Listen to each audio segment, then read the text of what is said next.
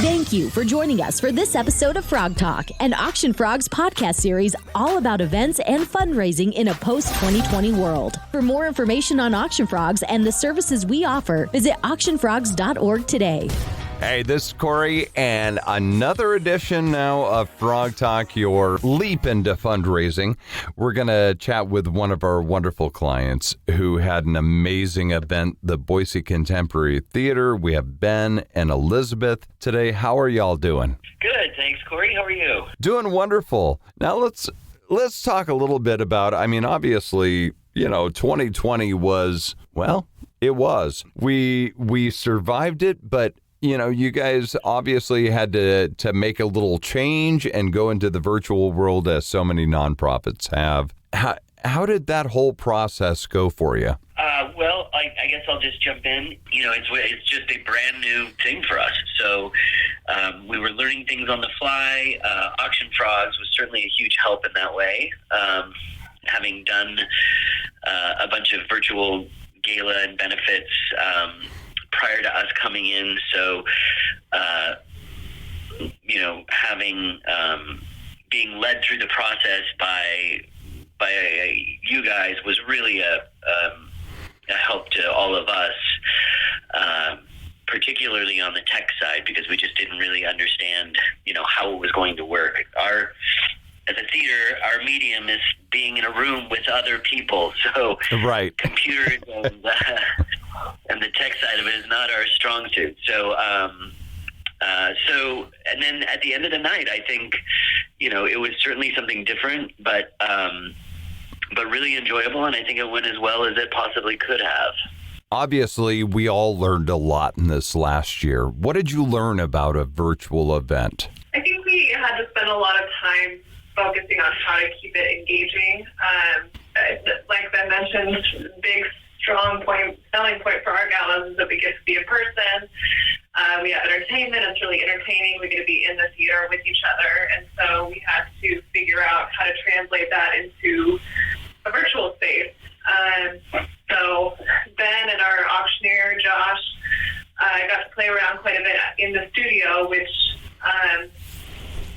I think for a while we didn't know how to put that final piece to it. We were working on our auction items and get money, but actually being in the studio and putting a show together was the most important piece for us, I think.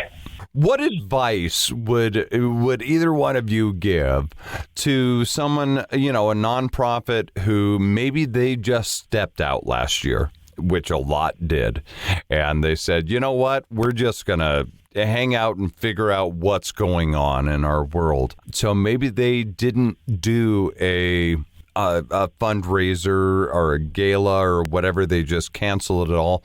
What advice would you give another nonprofit?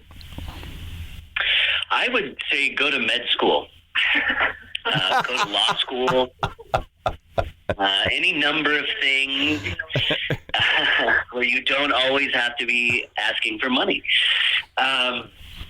No, I would say, if we've actually already talked about it, Corey, we're starting to have the first initial discussions about next year's gala, and, it's scheduled for mid-September, same time. And of course, we are all optimistic that we'll be able to gather in person. But at this time last year, we certainly had no idea that we would be having a virtual gala. We just assumed everything would be back to normal. So, right. So we've actually had discussions where, what are we going to do? How do we do this? And, the advice that I think I would give, it would just be to jump in with both feet and go for it, because it's, at least for us anyway, it's too important in terms of our fundraising to just skip entirely, something like our gala anyway. And so,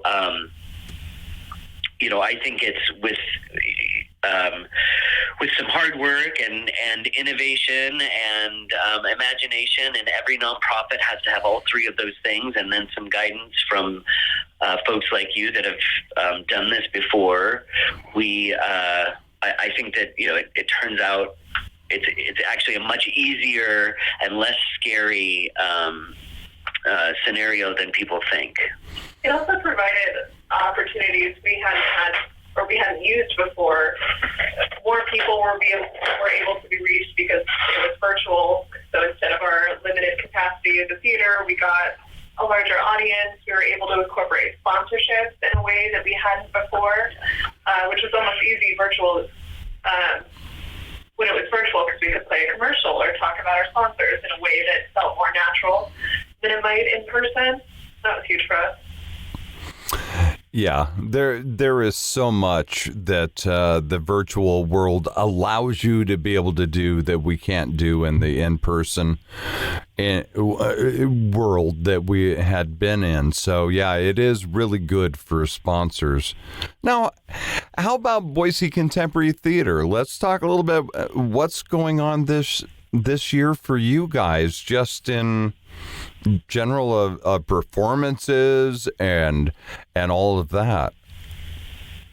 Well, we are, we're pretty certain that we won't be gathering this spring. So our season runs from September to May, and in May every year we give our building over to Idaho Shakespeare Festival so that they can rehearse. So they use our space in the summer. So at this point, we have gotten to the point where it's just too late to try to mount anything for the spring.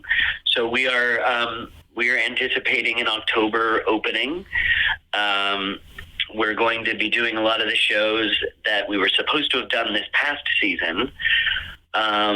And we're also, hedging our bets to a certain extent. We're looking at smaller cast shows so that if we're only able to have 50 or 100 people in the theater, then,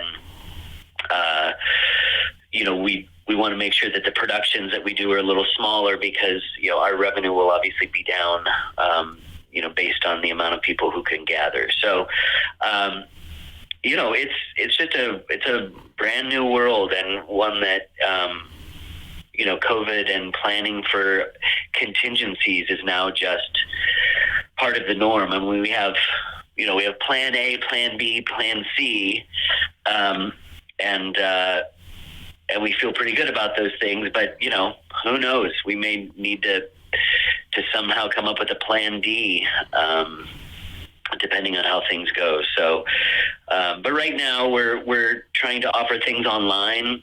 We have a couple new classes. We are going to send out a video of the last show that we did. We were able to film that, and so we'll be sending that out in mid-March and let everybody know about that next week. So, just trying to stay engaged as much as we can with our patrons and let them know that we're still working hard and trying to come up with new ways to bring them, thought-provoking stories. All right. Well, I know myself as one, and I know there are a lot of others looking forward to being able to come and see shows, and I so appreciate you guys taking time. How can people follow you and see what is going on with classes, productions, new information? How can people follow you? Yeah, the best way is to just like us on Facebook, Boise Contemporary Theater on Facebook or Instagram. We have two pretty active social accounts on those two platforms. And then we update our website with any new information pretty regularly, and that's www.b as in Boise, C as in contemporary, theater.org. So bctheater.org. All right. Ben, Elizabeth, thank you so much for taking some time with us today on Frog Talk. Thank you, Corey. We really appreciate you guys. Take care. Stay safe. We look forward to seeing you soon. Take care, y'all. Thank you for joining us for this episode of Frog Talk, an Auction Frogs podcast series all about events and fundraising in a post-2020 world. For more information on Auction Frogs and the services we offer, visit auctionfrogs.org today.